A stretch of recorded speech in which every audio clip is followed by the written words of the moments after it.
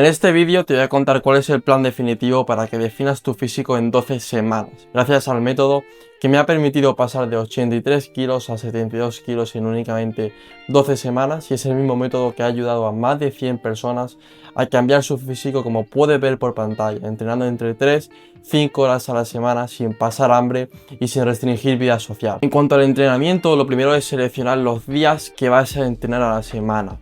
En primer lugar, te vas a guiar por los días que tú seas capaz de sostener a largo plazo en base a tus circunstancias, horarios, etc. Lo ideal es entrenar entre 3-4 días a la semana, ¿ok? Olvídate de que necesitas entrenar más tiempo, más trabajo, más días para obtener más resultados. Lo realmente determinante en tu cambio físico no va a ser la cantidad de trabajo total, sino la calidad de ese trabajo. ¿Cómo puedes aumentar la calidad? Primero, asegurándote de que sigues la rutina adecuada, que se adapta a tu situación y objetivo. Y segundo, que la ejecución de la misma sea en la dirección correcta, que entrenes con una buena intensidad, con una buena ejecución técnica, control y que busques ese progreso en cargas. Tienes que poner mucho el foco ahí en ser habilidoso a nivel técnico en los ejercicios para que la calidad de tu entrenamiento sea la máxima posible. En caso de entrenar 3 días, las mejores distribuciones son full body por 3 días a la semana o torso, pierna, full body. En caso de entrenar 4 días a la semana, las mejores son 1. Torso, pierna, 2. Una híbrida que basa en torso, pierna, empujes, density y 3 días de full body más uno específico de brazo, ordenados en ese orden de menos a más avanzado, ¿ok? Algo que debe de tener en cuenta y que tienen en común todas estas rutinas es la frecuencia 2 de entrenamiento, es decir, entrenar al menos 2 veces a la semana cada grupo muscular. Te puedes ir incluso una frecuencia 3, 4 dependiendo del grupo muscular, como es el caso de la porción lateral del hombro y como también brazos, ya que responden mejor a una alta frecuencia, ¿ok?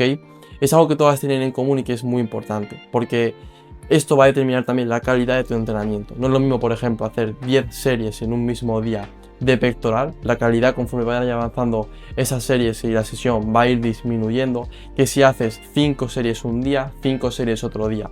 Así te vas a asegurar de que la calidad de cada una de esas series sea la mayor posible y por tanto que el estímulo también sea el mayor posible y por tanto que tu físico pueda cambiar a un mayor ritmo. Además, lo bueno de la frecuencia 2 también es que entrenas ese grupo muscular con una frecuencia mayor, como su propio nombre indica, y entonces estás dándole un estímulo a ese mismo grupo muscular en un corto periodo de tiempo, en lugar de tener que esperar una semana completa hasta volver a entrenarlo de nuevo. Algo muy importante en cuanto a la selección de ejercicios, tienes que entender que al final todos los ejercicios son herramientas que debes de utilizar a tu favor para poder maximizar tu entrenamiento y por tanto tus resultados, ¿ok? Entonces aquí no se trata de seleccionar entre máquinas o peso libre, se trata de combinar ambas. Ahora bien, debes de seleccionar y poner mucho el foco en los ejercicios multiarticulares libres, como es el peso muerto, remo con barra, press con mancuerna, sentadilla libre. ¿Por qué? Por varias razones. En primer lugar, porque son ejercicios que al ser libres hay más demandas de estabilidad, es la versión difícil dentro de lo que es el gimnasio.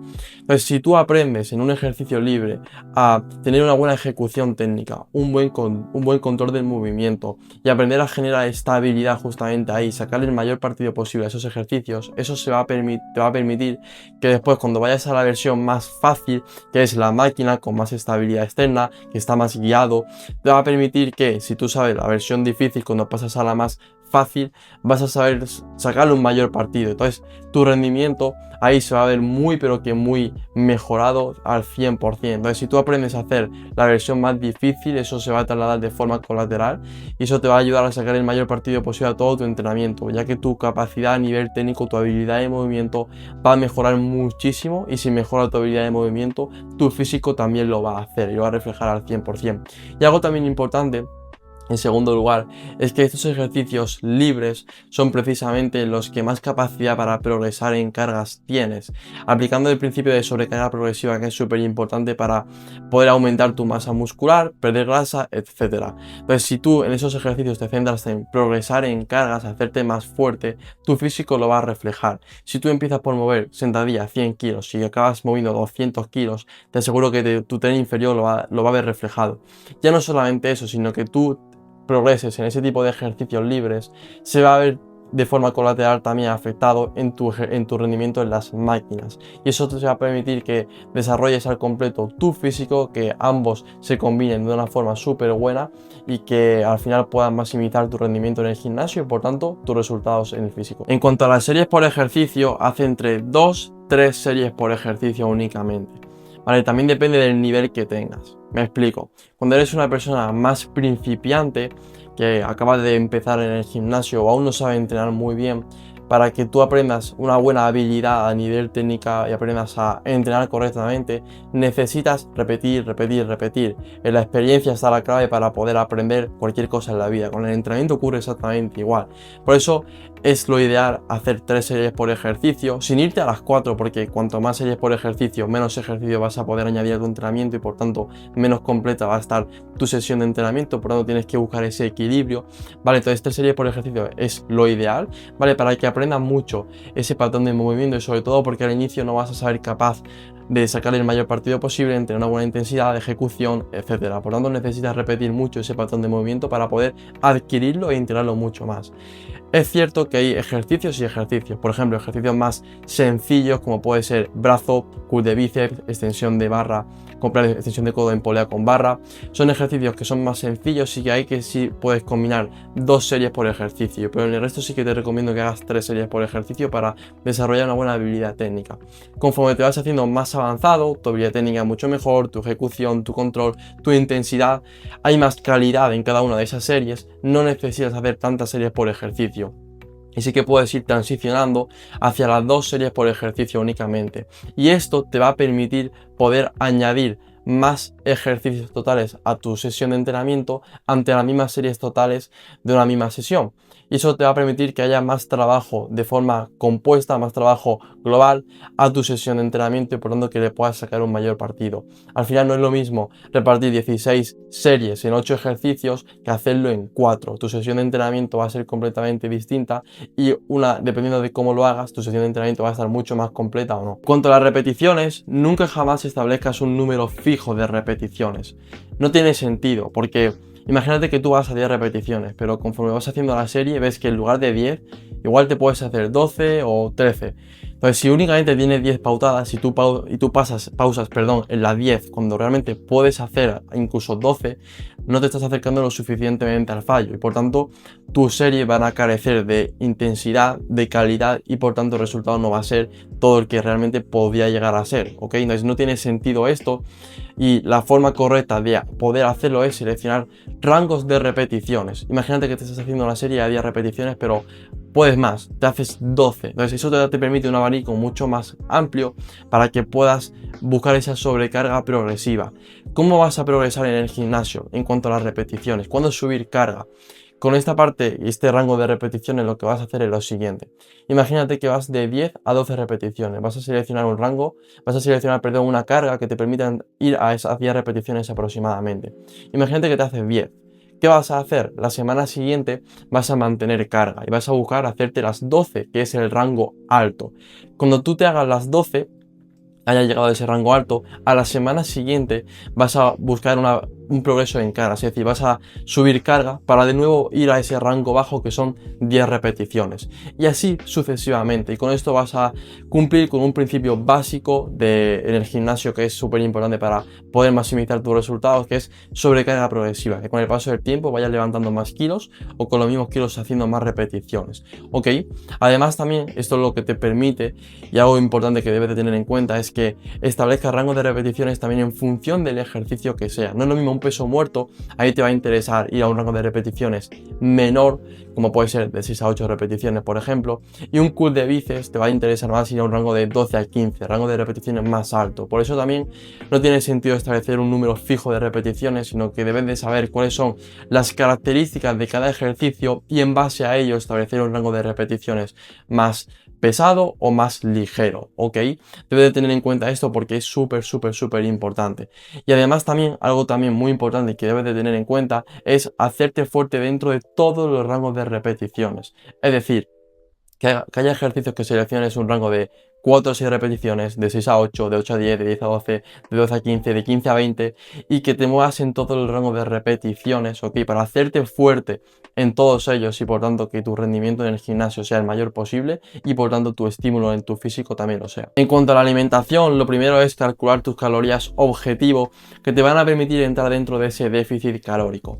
Debes de tener en cuenta factores como son la edad, el sexo, factor de actividad, peso, altura, para calcular tus calorías de mantenimiento y en base a ello y al punto en el que te encuentres, restar entre 300 y 500 calorías a ese mantenimiento para generar ese déficit calórico. Después vas a seleccionar esos macronutrientes para seleccionar esas calorías objetivo, es decir, gramos de proteína, grasas y carbohidratos. Algo muy frecuente y que es un error es seleccionar una alimentación muy alta en hidratos de carbono y esto al final acaba generando mucha letargia tras ese pico de insulina, somnolencia, incluso sensación de hinchazón y malas digestiones. ¿Qué te recomiendo que hagas? Seleccionar las grasas y la proteína más alta para de esa forma reducir un poquito los hidratos, ¿ok? Te va a ayudar mucho a sentirte con más energía, mejorar tus digestiones, etc. Para que tengas en cuenta un rango, vete a un rango de en torno a 2 gramos, 2,2 gramos de proteína por kilo de peso corporal y en torno a 0,8, 1 gramo por kilo de peso corporal de grasa. Y lo demás va a ser lo restante de hidratos hasta llegar a esas mismas calorías objetivo. ¿Qué alimentos vamos a seleccionar en una fase de pérdida de grasa? Primero, debes de eliminar la creencia de que hay alimentos que engordan o adelgazan por sí mismos, ¿vale? Eso es mentira, lo que importa es el cómputo global de calorías ingeridas en el día. Te pongo un ejemplo, si tú comes cosas muy saludables como puede ser aguacate, aceite de oliva, pero superas esa ingesta calórica, vas a subir de peso corporal por muy sano que comas. En caso contrario, si únicamente comes un donut al día, que es un alimento, que es una bomba calórica, pero únicamente comes un donut al día durante un mes, ¿qué va a ocurrir? Vas a perder peso. Es un caso llevado muy al extremo, pero para que entiendas que no solamente importa la calidad del alimento, sino también la cantidad de los mismos. Ahora bien, tienes que seleccionar alimentos de manera inteligente para llevar esta fase de la mejor forma posible. Sobre todo vas a seleccionar alimentos cuya densidad calórica sea baja para tener que, ante las mismas calorías ingeridas, ingerir más cantidad de ese alimento y por tanto llenarte y quedarte más saciado. Me explico, no es lo mismo ingerir 100 calorías de arroz que de patata. Para esas mismas calorías vas a tener que ingerir más gramos de patata que de arroz y eso te va a ayudar a mantenerte más saciado y por tanto evitar picos de hambre y regular tus niveles de saciedad durante el día. Ahora vamos a entrar más en profundidad en lo que es la propia gestión de comida durante el día. Algo que considero muy importante y que marca la diferencia en una fase de pérdida de grasa es el ayuno. Pero primero debes de entender que no hay una relación directa entre que tú ayunes y pierdas grasa. Lo más importante es el déficit calórico. Si tú ayunas y estás en superávit calórico, no vas a perder grasa. Simplemente es una herramienta para distribuir tus comidas durante el día. ¿Por qué lo considero muy importante? Porque cuando tú desayunas nada más levantarte, ya el simple hecho de hacerlo genera un pico de insulina que te va a hacer que empieces el día un poquito más cansado, con más somnolencia, etc. Además, cuando tú desayunas nada más levantarte, eso ya directamente abre tu apetito. Puede sonar contradictorio y decir, ostras, pero si estoy comiendo, eso va a hacer que después no tenga hambre. Si no como, voy a tener hambre. Es totalmente al contrario. Cuando tú desayunas nada más levantarte, tu apetito se abre y al poco de desayunar ya vas a tener hambre de nuevo. En cambio, cuando tú ayunas entre 14 y 16 horas, durante todo ese periodo de tiempo vas a regular tu apetito, no vas a tener sensación de hambre, sino que tus niveles de saciedad se van a mantener muy estables y eso te va a permitir mantener tus niveles de saciedad, también mejorar tus digestiones porque vas a dejar un espacio de tiempo en el que tu sistema digestivo no va a estar trabajando y va a ayudarte también a tener mejores digestiones en esta fase, bueno, en la fase que sea realmente, ¿ok? Y además también lo que te va a permitir este ayuno es que en lugar de hacer tus calorías ingeridas en esta franja de todo lo que es un día completo, vas a posponer esa primera comida del día mucho más tarde. Por tanto, durante toda esta fase vas a estar sin hambre, con un apetito muy regulado gracias a ese ayuno, pero después, al meter las comidas, esas calorías ingeridas en esta franja, que es menor, también vas a estar con esos niveles de saciedad regulados durante esa parte del día. Entonces, en definitiva, vas a regular mucho tu apetito para que de esta forma no pases nada de hambre, regules tu apetito, tus niveles de saciedad y por tanto que lleves esta fase de una mejor forma. Referente al número de comidas, lo ideal es hacer máximo 3 comidas al día. Un error que me encuentro mucho es hacer 4, 5 incluso más comidas al día en una fase de pérdida de grasa. Esto no tiene sentido. ¿Por qué? Porque si tú haces muchas comidas, imagínate que son 2000 calorías, en muchas comidas, en 4, 5, 6 comidas, cada una de esas comidas va a ser mucho más pequeña. Por tanto, es mucho más probable que después de esa comida no te sientas del todo saciado, satisfecho y que estés esperando ya directamente a la siguiente para poder comer, y eso te va a generar un estrés muy grande. En cambio, si tú la repartes en menos comidas al día, lo que va a hacer es que cada una de esas comidas va a ser más grande y por tanto que te mantengas saciado tras cada una de ellas y por tanto que puedas llevar esta fase de la mejor forma posible. Un combo que considero muy importante es meter ese ayuno de 14-16 horas y después hacer un máximo de 3 comidas al día. Para que te hagas una idea, en mi caso hago ese ayuno de esa franja de tiempo y únicamente hago 2 comidas al día. Al mediodía en torno a 2, 3, a veces 4 de la tarde incluso, y después la cena en cuanto a las 10 de la noche aproximadamente. Y ahora mismo con 2000 calorías ingeridas en todo el día, estoy regulando mi apetito de una forma impresionante, nunca tengo hambre, nunca tengo como tal esas ganas de ponerme a comer, porque gracias a estas dos combinaciones que me parecen perfectas, estoy regulando mi apetito muchísimo, mis niveles de saciedad, y estoy llevando esta fase mucho mejor respecto a fases anteriores en las que estaba comiendo las mismas calorías ingeridas pero no estaba haciendo ni el ayuno ni repartiendo las comidas de esta forma. ¿Puedo salir a comer fuera si mi objetivo es perder grasa? Rotundamente sí, que no te engañen, ¿vale? Aquí debes de tener en cuenta algo, y es que un error que me encuentro mucho es poner demasiado el foco en las comidas fuera en lugar de las comidas que se hacen normalmente de la rutina. Imagínate que comes 3 veces al día, eso a la semana son 21 comidas. Imagínate que 2 de esas comidas sales 2 veces a comer fuera, por tanto son 19 comidas más de rutina versus 2 comidas fuera. ¿Qué crees que va a tener más peso en tu objetivo físico? ¿19 comidas bien hechas o 2 en las que tengas un poquito más de flexibilidad? Obviamente las 19.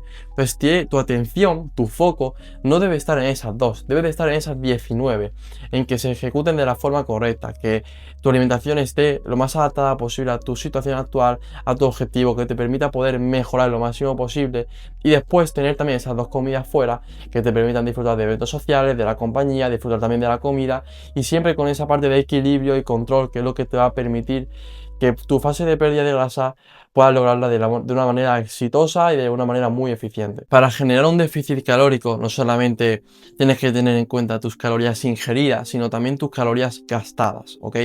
Un error que me encuentro mucho es de personas que comen muy poco pero tienen su metabolismo estancado, es decir, a pesar de comer muy poco no pierden grasa porque su gasto calórico es muy bajito y eso le permite que su metabolismo esté absolutamente estancado y que a pesar de estar comiendo muy poco no estén perdiendo grasa, lo cual te lleva a un pozo metabólico que te acaba estancando en esa fase y por tanto, ¿qué tienes que hacer ahí? Acelerar tu metabolismo.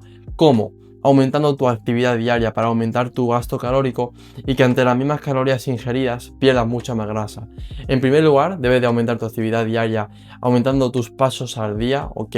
Haciendo mínimo 10.000 pasos diarios. Y en segundo lugar, algo que considero muy importante, no solamente por el gasto energético, sino también a nivel funcional, salud, capacidad cardiorrespiratoria y cardiovascular, es el cardio. Pero ojo, no tienes que estar 1 hora haciendo cardio en una cinta, que es muy aburrido. Tienes que hacerlo también de forma dinámica y de hecho una forma que es muy completa, que te va a permitir quemar más calorías en un corto periodo de tiempo menor, es el cardio en el HIIT. Por ejemplo, hacer 40 segundos al 60% seguidos de 20 segundos al 80%. De esta forma va a ser mucho más dinámico y te va a permitir incluso quemar más calorías en menos tiempo.